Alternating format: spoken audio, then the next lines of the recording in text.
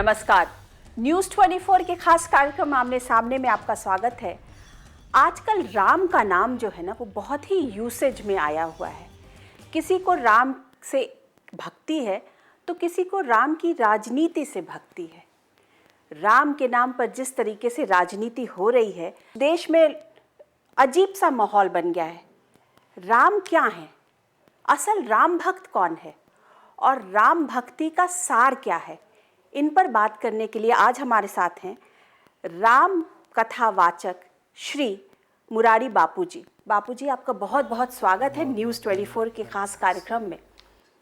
बापू, आपसे मैं 4 साल के बाद बात कर रही हूँ। देश की राजनीति बहुत बदल गई, आप किस तरीके से देख रहे हैं? आप सही कह रहे हैं कि 4 साल में बहुत कुछ बदला हुआ नजर आ रहा है और ये सदा बदलते रहना ये शायद जगत का स्वभाव भी है, लेकिन अच्छे ढंग से बदले वो स्वीकार्य है। कुछ गलत ढंग से बदलाव हो तो व्यक्ति को, परिवार को, समाज को, राष्ट्र को, ये सुंदर पृथ्वी को नुकसान हो सकता है। आपने कहा अच्छे ढंग से बदलाव हो, आपको बदलाव खुद में कैसा समझ में आ रहा है? मेरा बदलाव का मतलब मेरा ये है कि मूल को पकड़ करके नए नए फूल रोज खिलने चाहिए, वरना नहीं चलेगा। तो ऐसा बदलाव मेरी दृष्टि में बहुत आ रहा है।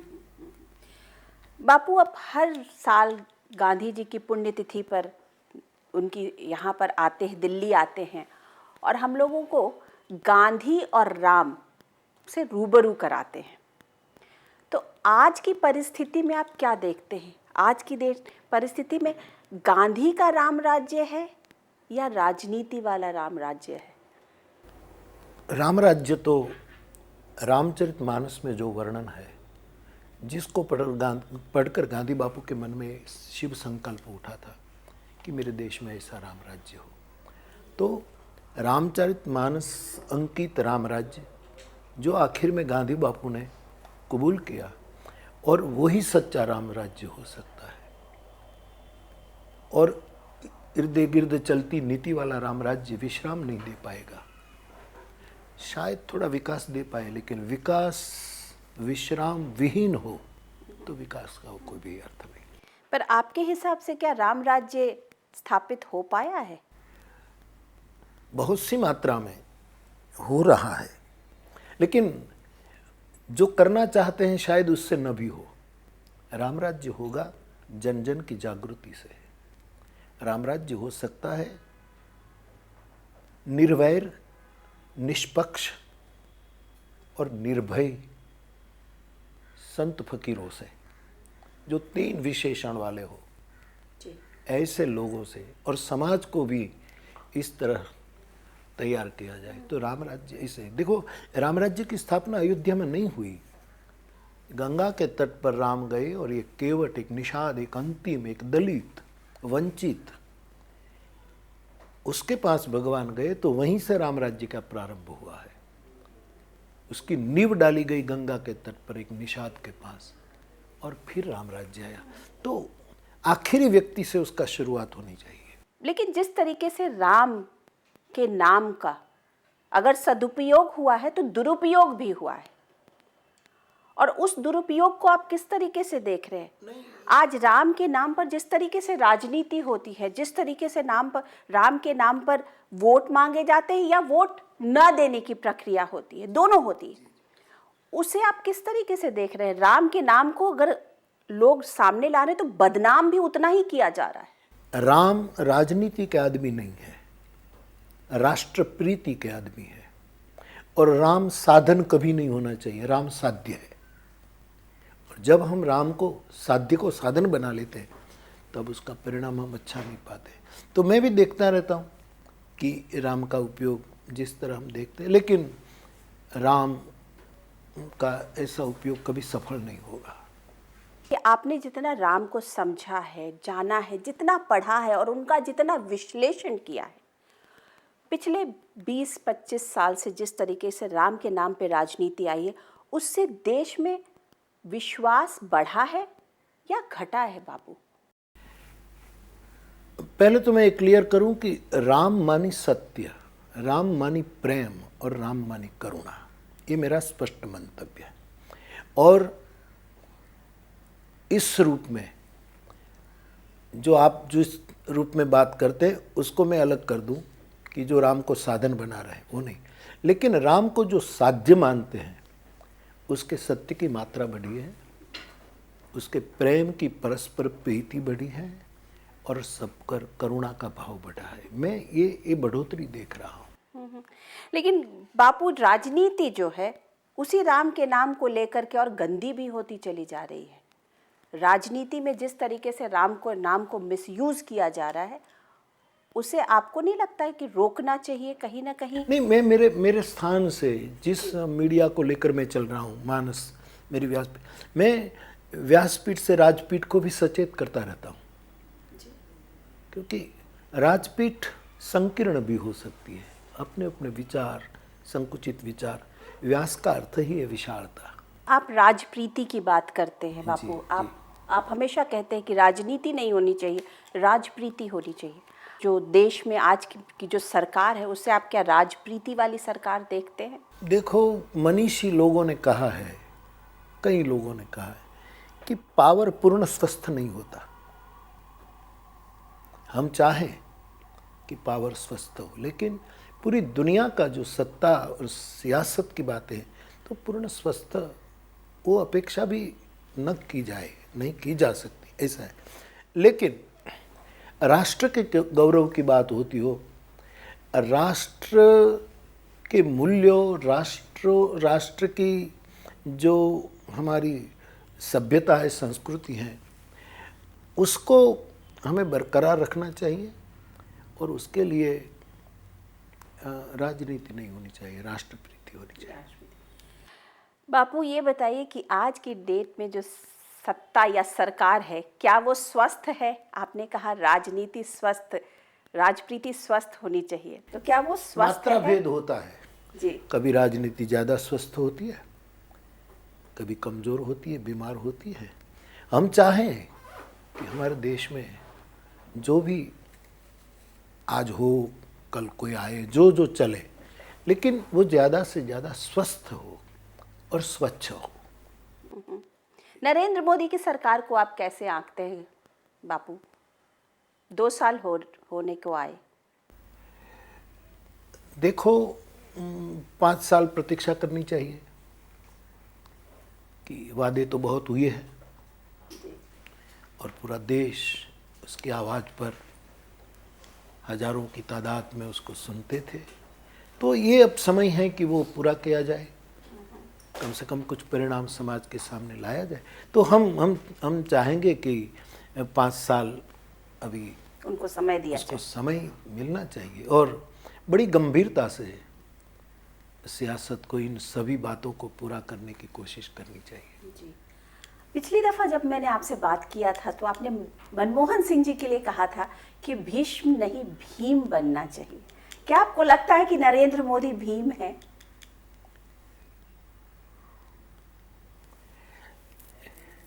नरेंद्र मोदी बने रहे वो ठीक है, लेकिन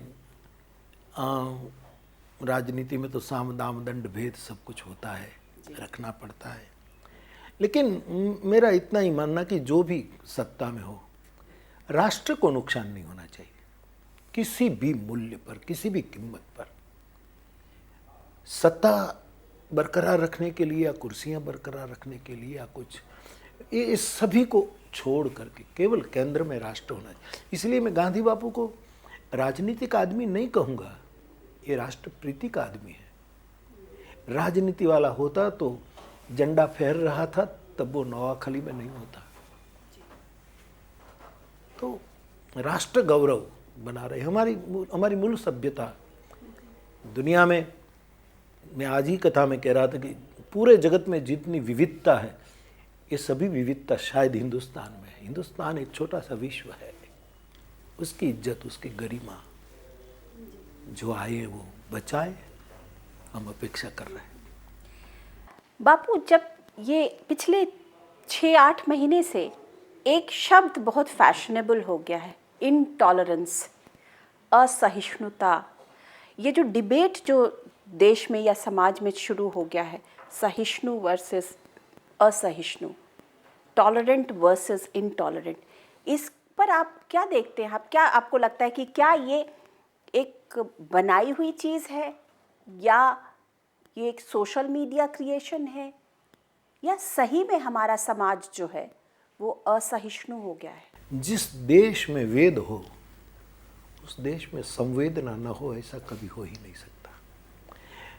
कुछ घटनाएं बनती रहती हैं और उसके कारण ये सब चलता हो, कारण क्या है मुझे खबर नहीं, लेकिन भारतीय मानसिकता सहिष्णुता से भरी हुई है, संवेदना से भरी हुई है।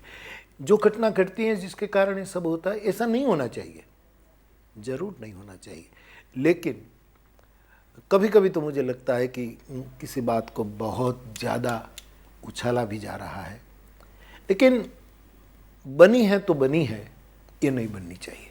आप कैसा माहौल देखना चाहते हैं? अगर नरेंद्र मोदी जी को काम करने का वक्त दिया जाए 5 साल का, तो उनके लिए आप कैसा माहौल देखते हैं? आदमी बूढ़ा हो जाए तो चलेगा, राष्ट्र बूढ़ा नहीं होना चाहिए। और राष्ट्र को जवान रखने के लिए राष्ट्र को विद्यावान बनाया जाए, राष्ट्र को बलवान बनाया जाए और बुद्धिमान बनाया जाए। जिस तरीके का राष्ट्र की बात आपके मानस में है, क्या नरेंद्र मोदी उस पर खरे उतरते हैं कि ये राष्ट्र को बुद्धिमान, बलवान? कोशिश तो है उसकी। विवेकानंद जी को फॉलो करते हैं ज़्यादा, विवेकानंद जी, और तो कोशिश तो कर रहे हैं और करनी चाहिए, इसमें गति कम हो तो ठीक नहीं। बापू, एक और सब्जेक्ट है जिस पर बहुत जोर शोर से डिबेट शुरू हो गया है, वो है धर्मनिरपेक्षता का। आपने भी कहा कि धर्मनिरपेक्ष नहीं हो सकता, सर्वधर्म संभाव होना चाहिए। तो क्या आपको लगता है कि हमारे कॉन्स्टिट्यूशन से, हमारे संविधान से धर्मनिरपेक्षता को निकाल देना चाहिए? मैं चाहता हूँ, मैं बहुत स्पष्ट हूँ, और ये बात विनोबा जी ने भी कही थी कि समाजवाद की जगह सर्वोदय बात कही जाए और ये धर्मनिरपेक्षता की जगह सर्वधर्म संभाव स्थापित किया जाए। और मैं तो वहाँ तक मांग करता हूँ कि शास्त्रों में भी संशोधन जरूरी है, तो संविधान में क्यों नहीं? इतनी दुनिया आगे बढ़ रही है, भारत इतना आगे बढ़ा है, तो जैसे जैसे आगे बढ़ रहे हैं उसके समान सब देश काल के अनुसार बदलाव करना स्वागत योग्य है। बापू, एक और चीज़ सडनली फिर से वापस आ गई है, वो है कि राम मंदिर का निर्माण जो है वो 2016 के अंत से शुरू हो जाएगा। इस तरीके की मांग फिर से उठने लगी है। क्या आपको लगता है कि जब ये पूरा मसला कोर्ट के दायरे में है तो इस तरीके की बात होनी चाहिए? नहीं, जब ये मसला कोर्ट में है तब तक प्रतीक्षा करनी चाहिए, बहुत स्पष्ट। दूसरी बात, राम मंदिर बनना चाहिए, ये मैं भी चाहूँ, लेकिन सर्वसम्मति से बनना चाहिए। आपको लगता है जिस तरीके से लोगों ने राम मंदिर के नाम पर, चाहे वो धर्म गुरु हो या महात्मा गुरु लोग, ये मिल के पहले इस पर ज़्यादा ध्यान देते, तो जिस तरीके से राम मंदिर के नाम पर राजनीति हुई वो नहीं होती?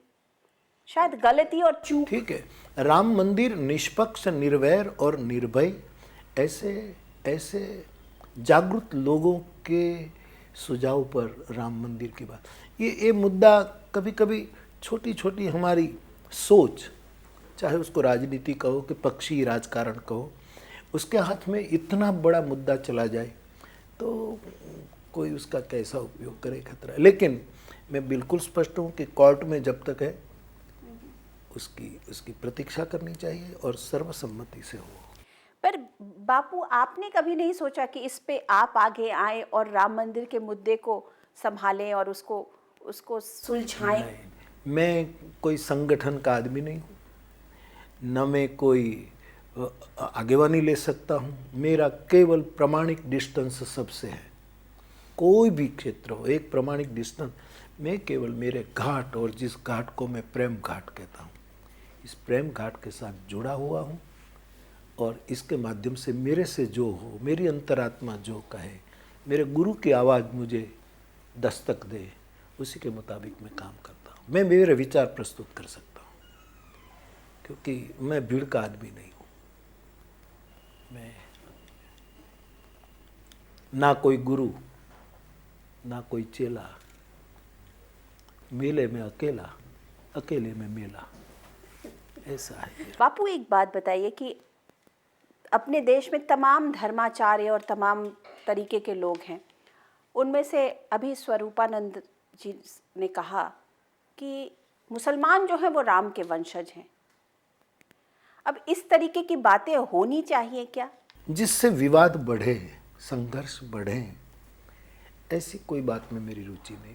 बापू एक और मसला बहुत सामने आया है कि महिलाओं को मंदिर में प्रवेश की इजाज़त नहीं हो रही, चाहे वो शनि शिंगणापुर का मंदिर हो या त्रयंबकेश्वर हो या मज़ार हो मुंबई में, तो क्यों नहीं महिलाओं को मंदिर में प्रवेश और पूजा की इजाज़त मिले? बिल्कुल, मैं बिल्कुल स्पष्ट हूँ कि जब हम कहते हैं कि जिस घर में महिला को आदर नहीं मिलता वहाँ देवता की कृपा नहीं उतरती, और जिस घर में महिला को आदर मिलता है वहाँ दैवी कृपा आती है। तो एक घर में रहने वाली एक महिला, एक मातृ शरीर इतनी दिव्यता ला सकती है, तो जहाँ देव मंदिर जिसको हम कहते हैं वहाँ उसका प्रवेश क्यों नहीं?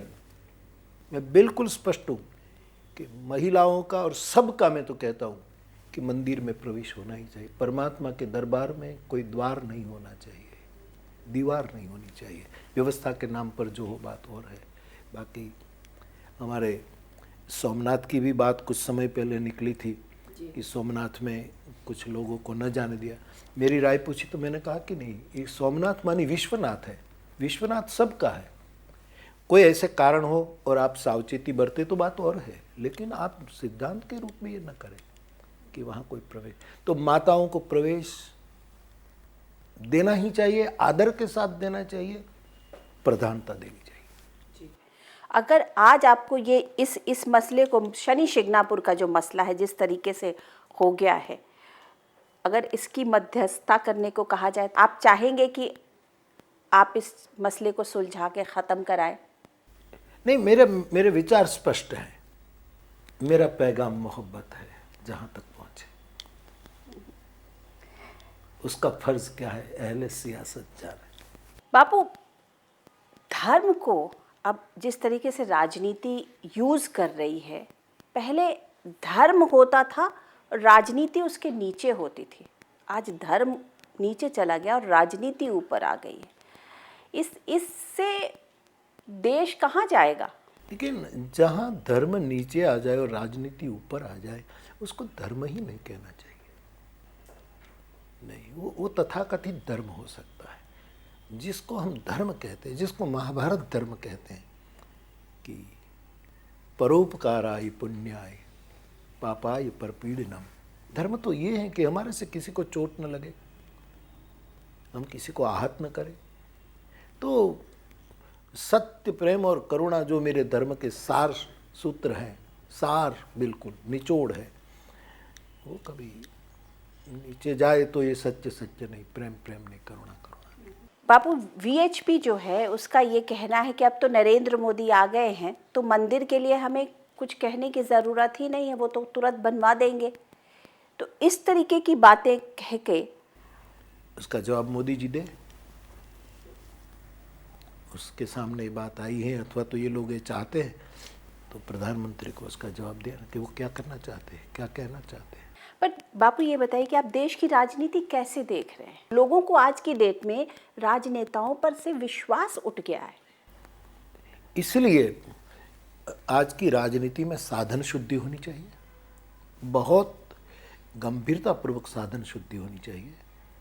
और राजनीति में केवल प्रचार या तो केवल चुनाव जीतने के लिए आखिरी व्यक्ति को याद करना, ये ठीक नहीं। राजनीति स्वयं आदर के साथ आखिरी व्यक्ति तक जानी चाहिए।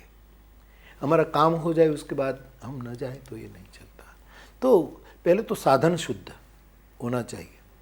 राजनीति का सर्वग्राह्य, सर्वमान्य और सब हितकारी एक लक्ष्य होना चाहिए कि हमें यहीं पहुंचना है, ये होना चाहिए। और राजनीति को चाहिए वो विकास करे, लेकिन साथ साथ विश्राम के ट्रैक पर भी चले। विकास और विश्राम के ट्रैक पर चलना वो हमें आखिरी मुकाम तक पहुंचा सकते हैं। लेकिन सोशल मीडिया अब इतना एक्टिव है बापू, और उसके कारण जो जिस तरीके का एक्टिविज्म आया है, जिसमें आप लोगों को चढ़ाते हो और फिर उनको गिराने की कोशिश में लग जाते हो। आज सब सही है, कल सब गलत हो गया। इससे आपको लगता है कि सोशल मीडिया का खास करके जो प्रभाव है या मीडिया का जो प्रभाव है वो राजनीति में सही हो रहा है या गलत है? कभी कभी बहुत अतिरेक हो रहा है कि कुछ बातों को बार बार दिमाग में डालते रहना। मीडिया